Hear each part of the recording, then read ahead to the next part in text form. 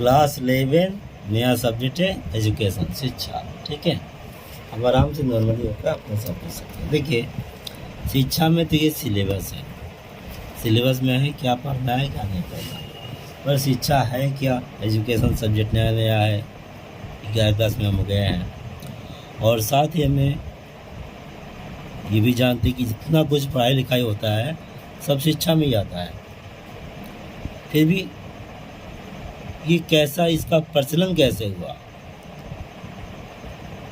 ये जो सीखने वाला का ज़रूरत क्या था, तो इसके बारे में अगर ध्यान दें। देखिए एकमात्र मनुष्य ऐसा है जो अपना सभ्यता बनाया है।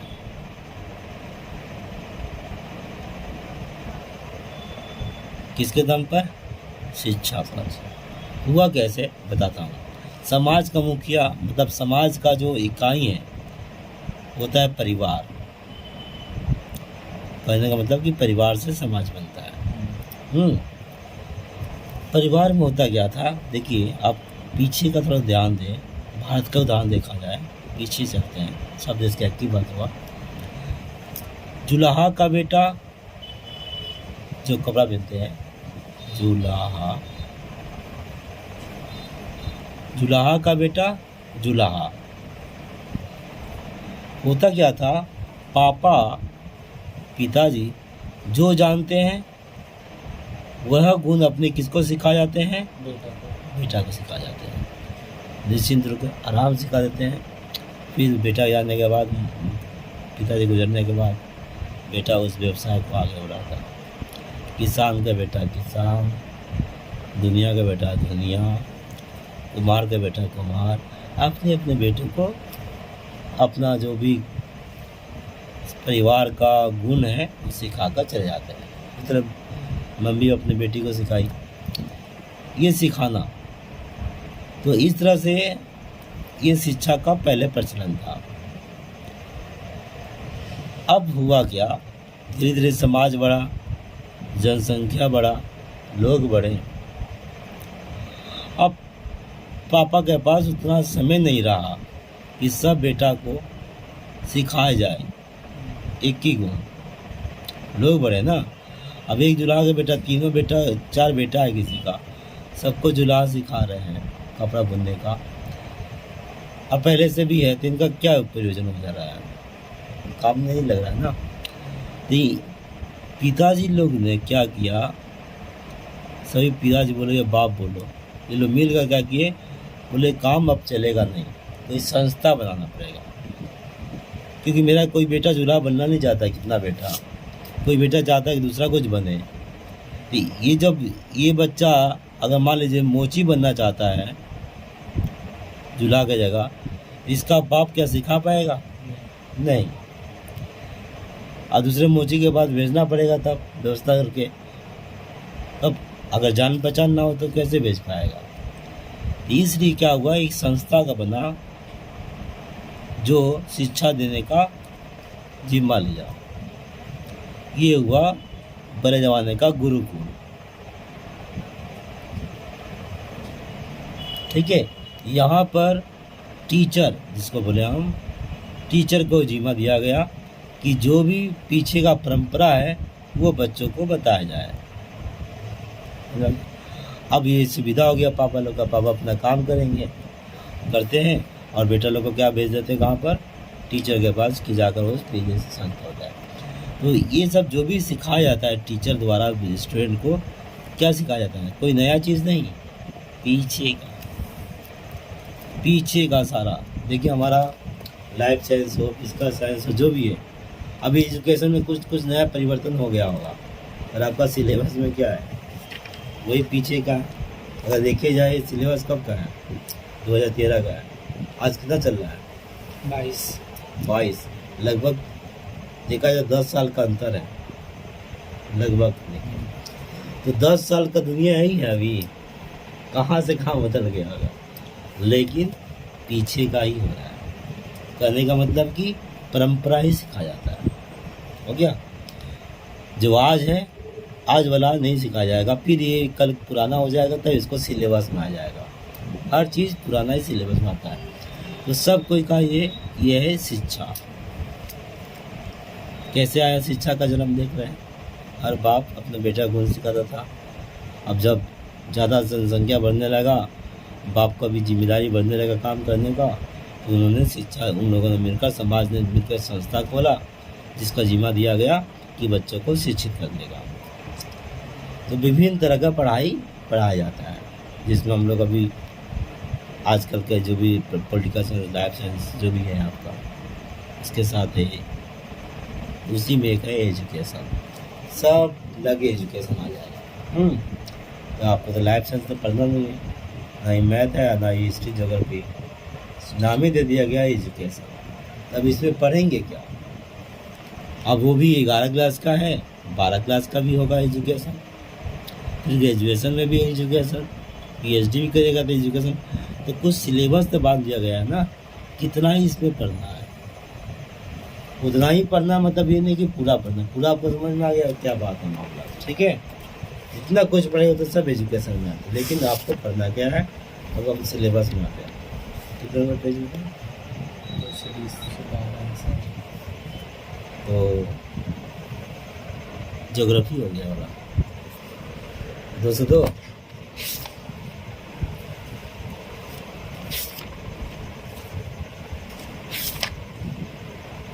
हाँ 202 देखते हैं। पहला है concept and AIIMS of education. Education का धारणा क्या है, होता क्या है एजुकेशन। जब हम बोलते हैं एजुकेशन, शिक्षा, तो दिमाग में क्या आता है? जैसे बोले आम का तस्वीर दिमाग में आ गया ना, उसको दे कॉन्सेप्ट। तो यहाँ पर एजुकेशन का कॉन्सेप्ट एंड एम्स। तो जब भी हम एजुकेशन बोलते हैं, उसके तहत जो इसका लक्ष्य क्या है, उद्देश्य क्या है, और इसकी तरफ कॉन्सेप्ट क्या है, ये पढ़ना है। हमने कहा कि कॉन्सेप्ट में आम, और यहाँ एजुकेशन का मतलब जानते हैं कि शिक्षा, पढ़ाई लिखाई, और ये सिलेबस में क्या कॉन्सेप्ट है वो जानना है, क्या क्या पढ़ना है, आज का क्यों पढ़ना है। यहाँ कॉन्सेप्ट मतलब इस सिलेबस में क्या पढ़ना है और क्यों पढ़ना है। पहला क्या दिया कॉन्सेप्ट में, देखिए डिफिनेशन ऑफ एजुकेशन। पहले हमको जानना है कि शिक्षा किसे कहते हैं। शिक्षा किसे कहते हैं, परिभाषा मतलब क्या होता है? कुछ गुणों को एक साथ कह देना, कुछ विशेषताओं को एक साथ कह देना, उसको बोलते हैं विशेषण। जैसे बोलूँ विशेषता, परिभाषा क्या बोलते हैं। जैसे ये है ना कलम, बोले कि कलम किसे कहते हैं, कलम का परिभाषा दो, चाहे कलम किसे कहते हैं, दोनों का मतलब परिभाषा होगा। तो क्या बोलेंगे, कलम किसे तो क्या बोलेंगे बताइए। इसका काम को बोलेंगे, गुण क्या है इसका, लिखने का, और जो साफ नहीं होता रबड़ से, इतना ही बोलते चलेगा। बोलेंगे वह लेखनी या वह वस्तु, ये लिखने वाला बोलने तो अच्छा रहेगा। लेखनी लिखने वाला, वो लिखने वाला जिससे कलम से साफ नहीं कर सकते उसे, और कलम क्या बोले, रबड़ से।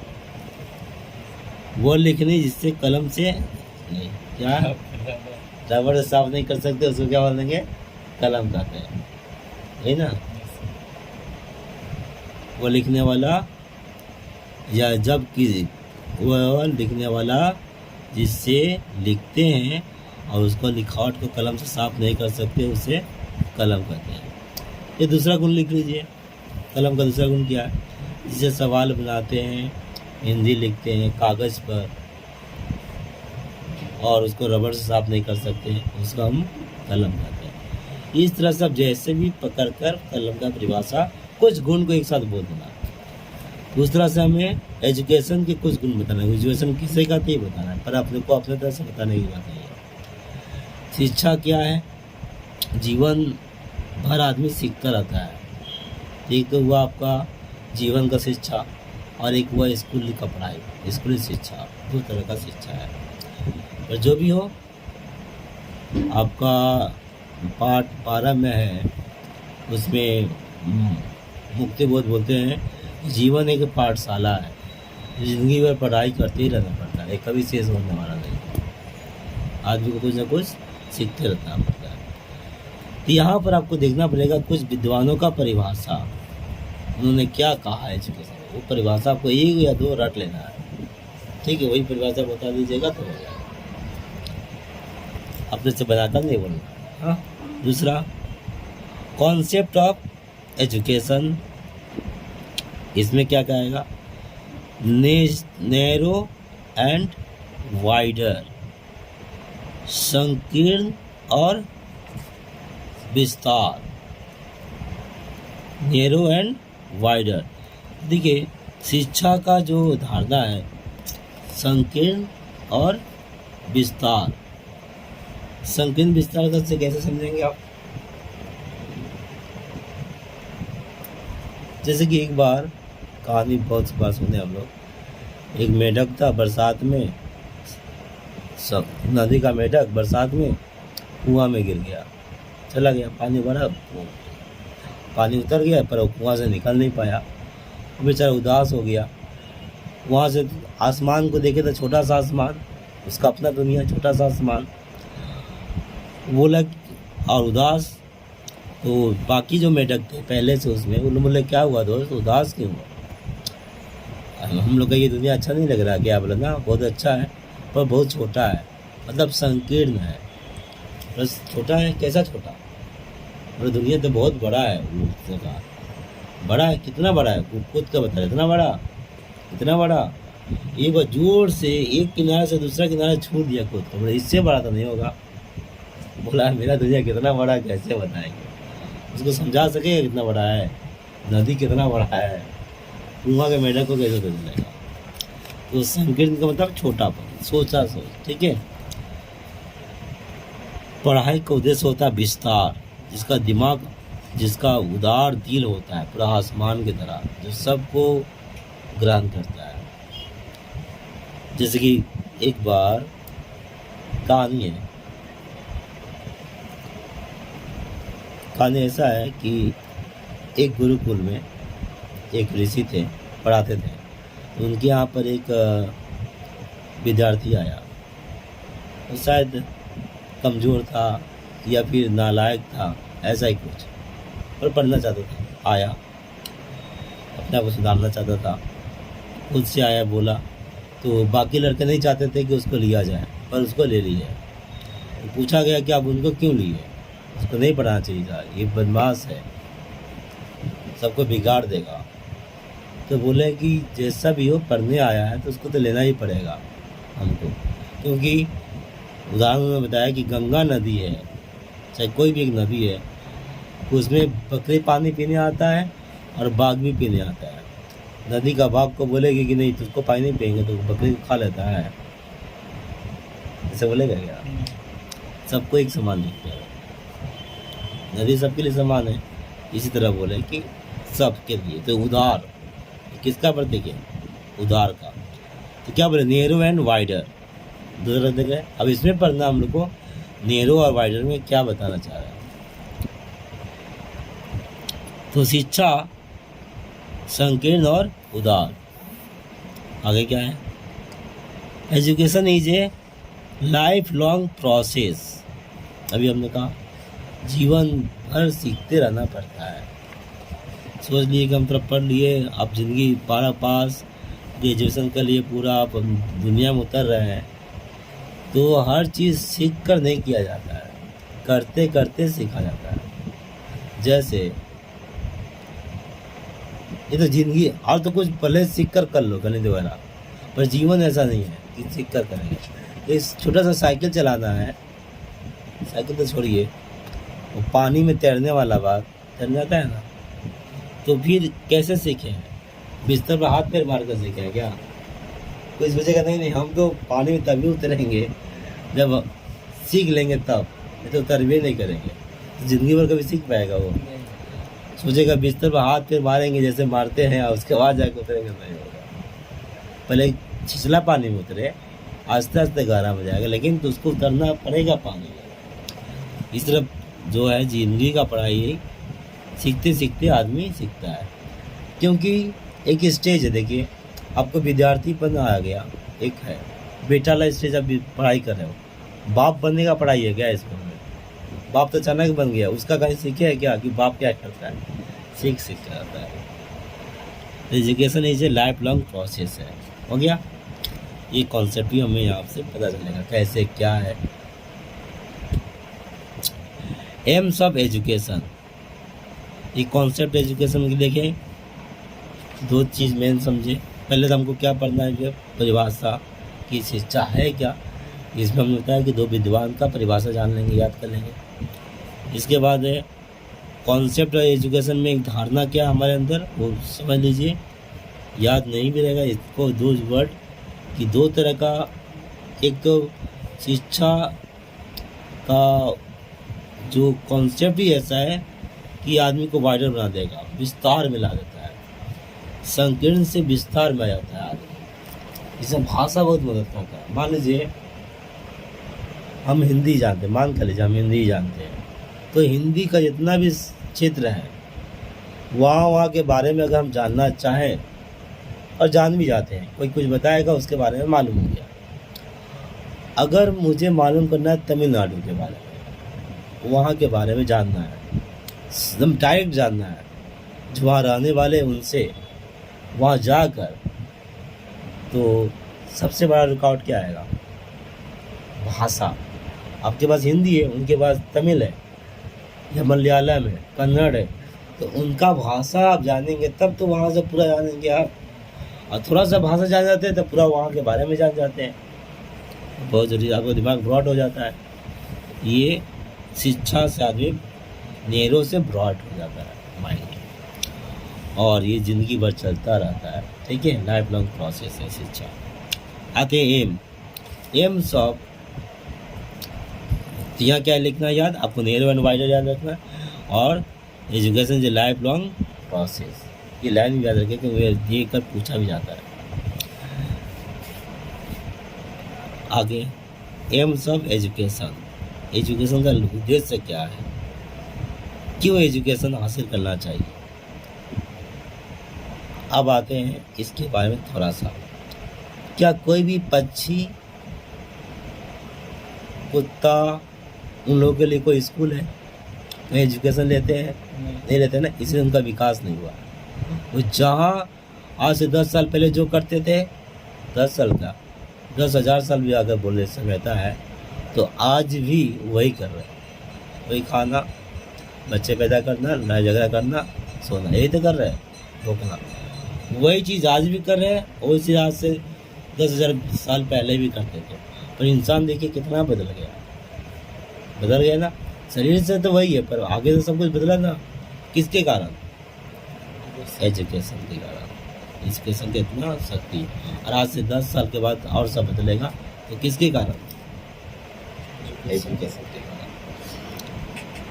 एम ऑफ एजुकेशन में क्या है? पहला है determinations of aims of education, education के जो उद्देश्य है उसको निर्धारित करना।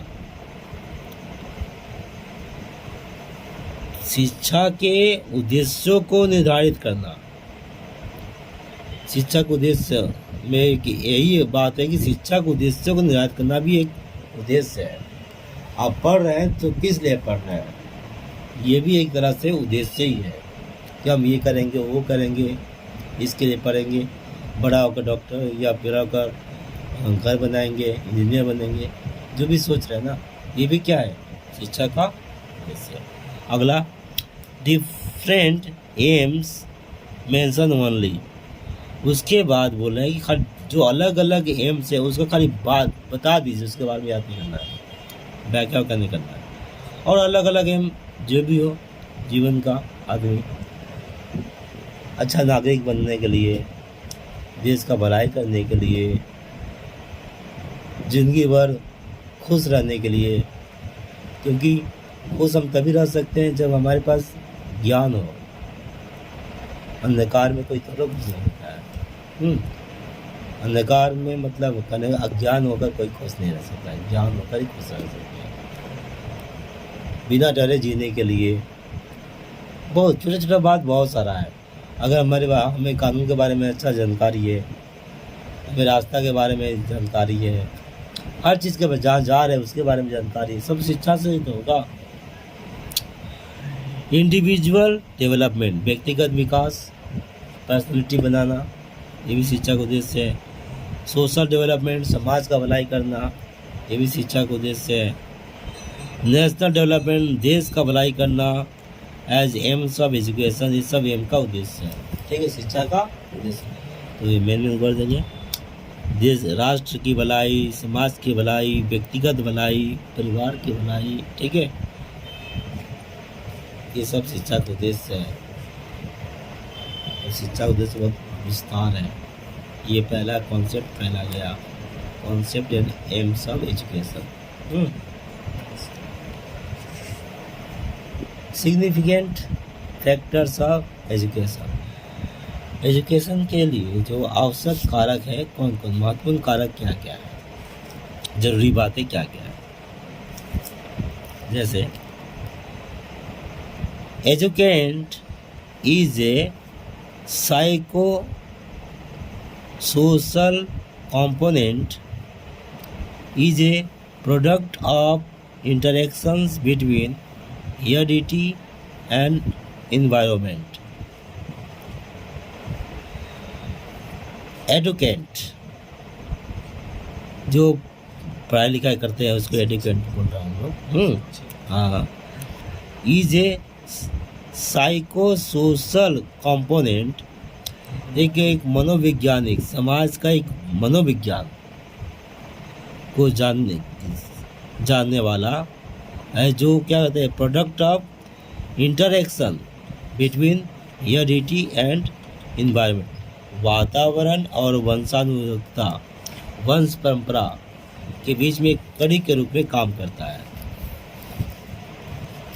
होता है कि वंश परंपरा या वातावरण के बारे में जानना, ये सब इसके तहत हम लोग पढ़ेंगे कैसे हो रहा है। ठीक है, वातावरण के बारे में और हेरिडिटी के बारे में।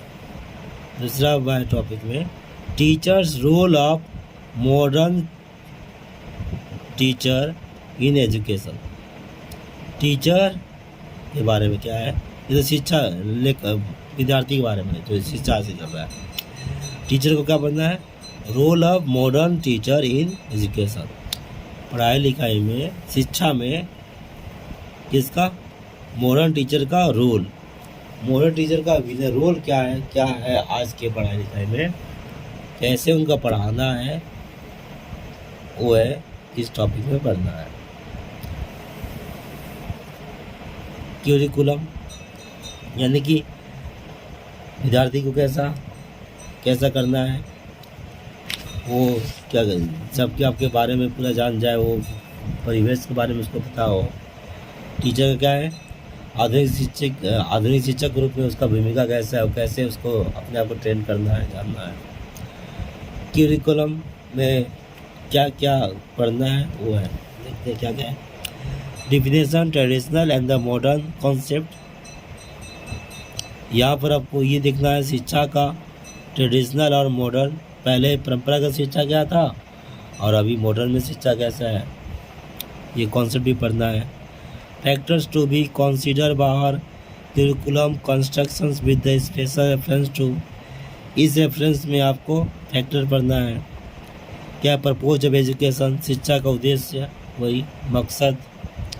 Needs and capacities of the educand, जो पढ़ाई कर रहे हैं विद्यार्थी शिक्षार्थी, उनका ज़रूरत को जानना और कैपेसिटी को जानना, वो कितना ग्रहण कर पा रहे हैं, कितना किस लायक हैं। And available of the resources, उनके लिए क्या क्या रिसोर्सेज है, किससे उनको पढ़ाए जा सकते हैं आज के ज़माने में। जैसे कि पहले ज़माने में भूगोल के बारे में कुछ पढ़ा रहे हैं, नक्शा पे दिखाते थे कि ये रहा पश्चिम बंगाल, ऐसे ऐसे ऐसे ऐसे है, क्या अमेरिका ऐसे है ऐसे ऐसे है। आज साधन अगर है, रिसोर्सेस है, अगर सुविधा है, पैसा है, तो कितना देर लगेगा, बैठे हवाई जहाज़ में बस एक दिन का टूर है, पूरा घूर कर आ गए, देख लिया अमेरिका कैसा है, जहाँ जाना है वहाँ पर, साधन है। वहाँ भी नहीं जाना है तो घर बैठे भी है, आपका यूट्यूब है, टेलीविज़न है, इस सब माध्यम से देख ही सकते हैं। खैर ये सब रिसोर्सेस है। हाँ, अगला को सर क्यूरिकुलम को मतलब एक साथ एक्टिविटीज़, लड़का लड़की का दोनों मिलाकर भाषा पाठ्यक्रम। मीनिंग इसका क्या होता है, टाइप्स एंड सिग्निफिकेंस, कितने तरह के होते हैं और इसका सिग्निफिकेंस क्या है, इसके बारे में हमको पढ़ना है। टाइप्स ऑफ इन्वायरमेंट, इन्वायरमेंट कितनी तरह होता है ये भी पढ़ना है। फिजिकल एंड सोशल, मतलब कि ज़्यादा नहीं, फिजिकल और सामाजिक और भौतिक, इन दो इन्वायरमेंट के बारे में ही यहाँ पर पढ़ना है। हो गया, इस जगह का पढ़ना। सेकेंड वाला में, थर्ड वाला में आइए, फॉर्म्स ऑफ एजुकेशन, एजुकेशन का स्वरूप दिखने में कैसा होता है। इनफॉर्मल एजुकेशन, अनौपचारिक शिक्षा। अनौपचारिक जैसे घर पर कुछ भी मम्मी खाना पका रही तो आप भी सीख लिए कैसे खाना पकाते हैं, या पढ़ा रही है कुछ तब पढ़ लिए, या आपने मम्मी को पढ़ा दिया, नहीं पढ़ी है तो अगर, पर इसके लिए कोई सर्टिफिकेट नहीं मिलता है, इसे इसका नाम क्या है, इनफॉर्मल एजुकेशन। और औपचारिक शिक्षा, ठीक, अनौपचारिक। कैरेक्टरिस्टिक, इसकी विशेषता क्या है, इसका लिमिटेशन क्या है, सीमा क्या है, कितना तक सीख सकते हैं। अब सीमा जैसे कि आप कंप्यूटर के बारे में आपको सिखा तो कोई क्या किया, टाइप अपना बता दिया ऐसे ऐसे करना, अब उसको तोड़कर उसके अंदर का एक एक चीज़ पुर्जा भरा वो बताना तो मुश्किल है। फिर भी घर पर कोई जानता है तो बता सकता है, वो भी बता दिया। पर और डीप में जाने के लिए तो संस्था में तो जाना ही पड़ेगा, सब चीज़ का लिमिट तो है ही। पूरा जानने के लिए पूरा संस्था में साधन तो चाहिए, कोई लिमिटेशन है। खैर, तो इनफॉर्मल एजुकेशन, कैरेक्टर्स पढ़ना, लिमिटेशन पढ़ना है, और दो टॉपिक है, रोल ऑफ फैमिली, परिवार का क्या रोल है इस शिक्षा में, और दूसरा मास मीडिया, मास मीडिया का क्या रोल है, फेसबुक वगैरह का क्या रोल है। अगर इनफॉर्मल है, इनफॉर्मल एजुकेशन में रोल ऑफ फैमिली और मास मीडिया का जो रोल है, इनफॉर्मल एजुकेशन में बहुत बड़ा रोल है और ज़िंदगी को तबाह कर देता है। एक तो जन्मते ही सब तो गीता लेकर जन्म पैदा होता है हाथ में, कोई कुरान लेकर पैदा होता है, तो कोई आपका अलग अलग धर्म का किताब खाना होता है। मतलब कि कहने का मतलब बच्चा को खुद पता नहीं है वो क्या है, पर नामकरण हो जाता है वो हिंदू है, मुस्लिम है, सिख है, ईसाई है, जिस घर में हुआ पैदा होते ही वो अपने आप को, उसको मौका भी नहीं मिलता है कि हम हिंदू बने कि सिख बने कि ईसाई बने। देश आज़ाद है, बच्चा पढ़े, बड़ा होकर समझे कि हमको कौन सा धर्म का अच्छी बातों को लेना है तो ले लिए, और बनने वाला बात बेकार है, लेकिन ये बनने वाला बात हो जाता है, इस गलत बात हुआ सबसे। इसको हटा दिया जाए तो बाकी मुझे सब ठीक लगता है। खाना कैसे पकाना है, ठीक है, भिंडी खाना नहीं पसंद है किसी को करेला पसंद है तो करेला खा रहा है, ये सब करने वाला बात हो रहा है। पर बनने वाला जो बात है ना, ये बहुत ही गड़बड़ हो गया। ये गड़बड़ नहीं है, इसमें भी अच्छा ही है, और जो एक दूसरे को काटते हैं ना इसके कारण, इसलिए घिन जैसा आता है, पुराना हो गया, ढहा जाना चाहिए। और अभी ढोए जा रहे हैं, ढोने का मतलब ये ढहने के करीब है। मास मीडिया का ही देखो, वही मुद्दा है आजकल, थोड़ा सा मिला था तो बस हम हैं, हिंदू है, हिंदू है, हिंदू है, मेरा हिंदू देश है, हम नहीं रहेंगे तो कौन रहेगा, मुस्लिम घर जाए, हाँ, इस तरह के लेकर चालू हो गया। भारत है नहीं दिखाई दे रहा है। देश की लड़ाई में जो जान दिए थे उन्हें तो दिए थे बेचारे, और अभी मुफ्त जो आगे आज़ादी पा लिए तो आज़ादी का कोई वैल्यू नहीं है, वो सब अपना अपना चालू कर दिया है ड्रामा। ये सब गुड़ गोबर कर देता है पढ़ाई लिखाई का। इसलिए हिंदू एक अच्छा समाज वही रहेगा, एक अच्छा परिवार वही रहे। जो बेटा जन्म ले अगर, तो उसको ना तो हिंदू बोले, ना मुस्लिम बोले, ना कुछ बोले, जन्म लिया इंडियन है। अभी तो आज़ादी के पहले ठीक था, आज़ादी के बाद हम सब एक ही परिचय हमारा इंडियन, हम भारतीय है। अब रहा भारतीय, बस यही काफ़ी है। अब हिंदू परिवार के यहाँ परिवार का होना, पीछे का खानदान का पूछ रहे थे, हिंदू परिवार, उसमें भी बात हुई। नाम मेरा मिला वो भी स्वीकार है, ठीक है, नाम है जो भी दिया गया। और इसका मतलब ये नहीं कि हम वो है, हमको जो चीज़ अच्छा लगेगा। अब मुझे अच्छा नहीं लग रहा है गीता वगैरह का बात, तो नहीं लग रहा है। कुरान का कोई एक दो बात अच्छा लगा तो लग गया, पर ज़बरदस्ती फैमिली के में से चक्कर में मानना ही पड़ेगा, विश्वास करना ही पड़ेगा। यहीं से बोधोपन हो जाता है। तो ऐसा बच्चा कभी विकास नहीं करेगा, उन्नति नहीं करेगा। जिसको छोड़ा जाए अपने दिमाग में बच्चे का, तो फैमिली का बहुत बड़ा रोल होता है। मम्मी पापा और जो बड़े बुजुर्ग हैं, बच्चे को हम लोग एक चीज़ और बोलते हैं छोटा बच्चा से ही, ये करो ये करो ये करो, करते क्यों नहीं हो। बोलते हैं कि आप जल्दी जल्दी खाना मत खाओ, चबा चबा कर खाओ। और देख रहे हैं कि पापा वगैरह खा के भाग रहे हैं, इधर देर हो रहा है नौकरी का, ठीक है, तो कैसे खाएगा चबा चबा। पापा भले बोल रहे हैं लेकिन वो तो खुद तो नहीं चबा रहे हैं ना। तो सीख कर करता है बच्चा, मतलब देख देख कर सीखता है। कैसे कर रहा है कोई, सुन कर नहीं ज़्यादा करता है। खैर देखिएगा जैसा वैसा सीखे, तो समझदारी के साथ बच्चे के सामने। छोटा बच्चा अगर कोई जन्म लेगा यहीं पर और देख रहा है मम्मी को आधा घंटा सुबह में एक्सरसाइज करते हुए, या फिर आँख बंद करके मेडिसिन कर रही है, पापा भी हल्का सा मेडिसिन की और उसको ध्यान करना, हाँ आँख बंद कर बैठे हैं, तो फिर सप्ताह में एक दो बार थोड़ा जा रहे घूमने, मंदिर हो चाहे नेचर में प्रकृति में कहीं घूमने जा रहे हैं, तो उसको भी ले जा रहे हैं। ये सब प्रभाव धीरे धीरे उसका बढ़ते जा रहा है। अब बड़ा होकर वो उसी तरह करना चालू कर देगा। एकदम सिंपल सा आदत है, खुद करेंगे वो करना चालू कर देता है। और ज़रूरत भी नहीं है, जब बच्चा पैदा हो उसके बाद से भी कर सकते हैं उस बच्चा को गाइड करने के लिए। खैर तो एजुकेशन शुरुआत से चलता है। फॉर्मल एजुकेशन, अब युवा पढ़ाई लिखाई का जो हमें पढ़ाई कर रहा है, क्या कर रहा है। Characteristics, limitations, role of school, school का क्या इसमें रोल है। लिमिटेशन, स्कूल का जहाँ तक रोल है बता दो फॉर्मल एजुकेशन का।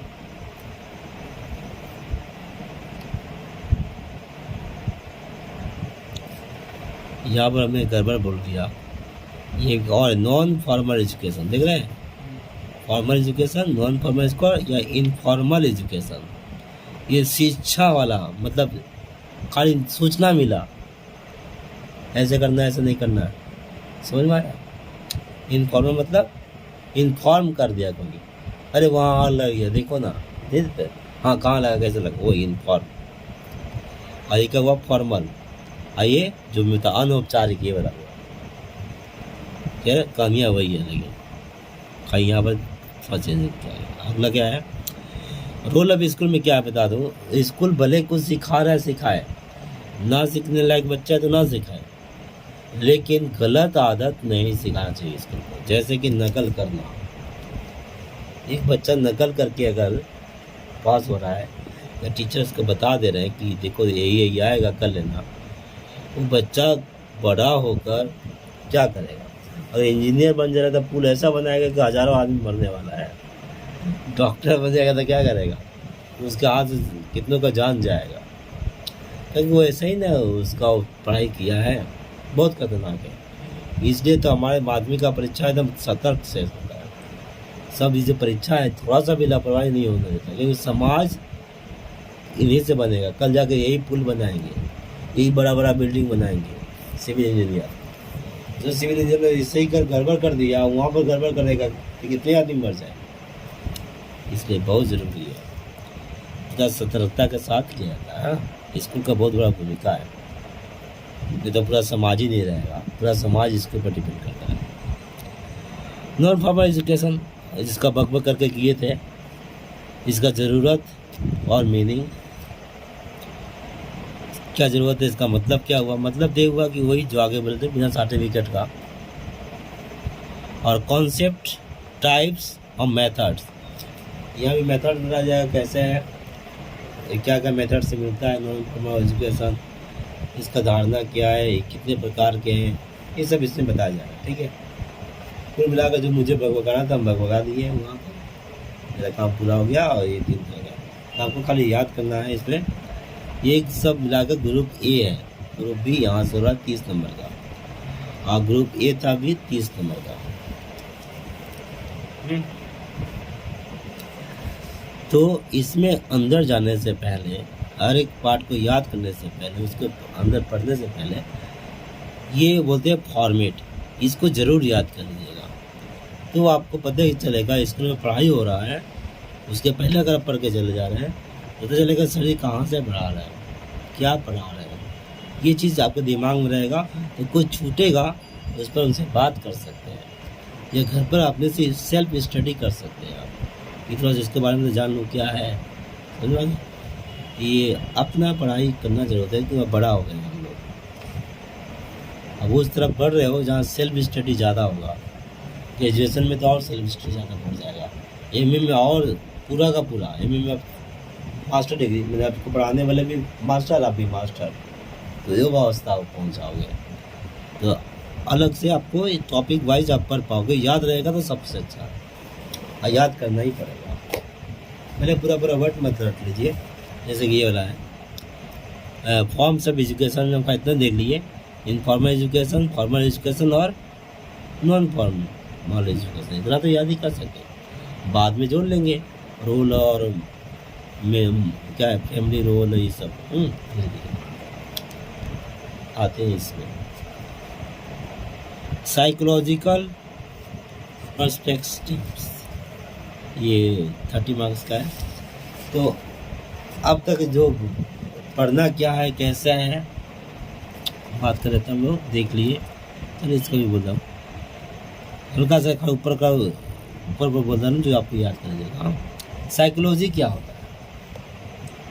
ऐसे साइकोलॉजी मनोविज्ञान बोलते हैं, मन का विज्ञान, मन का विज्ञान, मन का ना कुछ विज्ञान है। जैसे कि आप रास्ता से जाते हैं रोज, मेरा घर है, दरवाज़ा खुला रहता है, दरवाज़ा नहीं रहता है हमेशा, रोज जाते हैं आते हैं, आप एक दिन पहला दिन हो सका कोई झाँक कर देख लिया आप, अच्छा ये सब सामान है, अच्छा ये आदमी लोग है, बस हो गया। रोज आएंगे आएंगे, कुछ बात नहीं होगा, कोई बात नहीं, अब ध्यान भी नहीं देते हैं, आप खुला है तो ध्यान भी नहीं देते हैं। अरे वही एक दिन पर्दा टंगा जाए तो दरवाज़ा पर, अब ड्रामा चालू होगा अंदर का, मन का, क्या है पर्दा के पीछे, कौन आ गया, रोज का कौन आ गया है, कोई आ गया क्या, शादी हो गया, कुछ हो गया, ऐसे अब होगा। वो तो नहीं देख पाएंगे ना, और जाकर पूछ लिए कि कोई आया है क्या, पूछ लिए कि पर्दा दिए, कारण जान लिए तो ठीक, नहीं दिए तो रात को जानेंगे, रात को सोने में देखेंगे पर्दा के पीछे कोई आया है। ये मन का है, अधूरा इच्छा फिर होता है आपका सपना में। खैर, मन का विज्ञान जो बता रहा हूँ, जिंदगी इसी में चला जाता है। देखिए कैसे थक गहराई में जाता हूँ, ये सारा कुछ हम लोग करते हैं ना, ये सब कुछ, इसको हम बोलते हैं, एक वर्ड याद नहीं आ रहा है, इंग्लिश बोलते हैं हिप्नोसिस, हिंदी में क्या बोलते हैं इसको, क्या बोला जाता है इसको, हिप्नोसिस करना, क्या हिप्नोसिस कर दिया, बस में करना, हाँ हिप्नोटाइज वही लगा, याद नहीं आ रहा, खैर वर्ड यूज नहीं होता है, लेकिन अब निकल जाएगा दोबारा। सब हिप्नोसिस है, सोचिए सब कोई अपने आप को हिप्नोसिस कर कर रखा है। क्या बोलते हैं इसको,